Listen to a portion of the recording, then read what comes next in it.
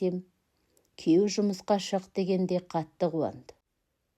Әсем көп ұзамай өз мамандығы бойынша бір беделді фирмаға жұмысқа тұрып алды. Бірақ тәжірибесі болмағандықтан қатардағы жай жұмыскер болды. 8 наурыз мейрамына орай офиста әйелдерге арналған мереке болды. Дастархан жайылып, әйелдерге сыйлық таратылды. Бұл мерекеге осы фирманың генеральный директоры өзі қатысып, қыз-келіншектерді мерекелерімен құттықтап, сыйлықтарын табыстады. Әсем үйге қайтпақшы болып, бірінші қабаттағы киім ілгішке келді.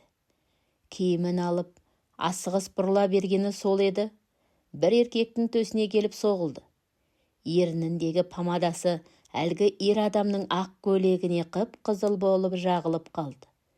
«Кешіріңіз», деп басын көтеріп қарады.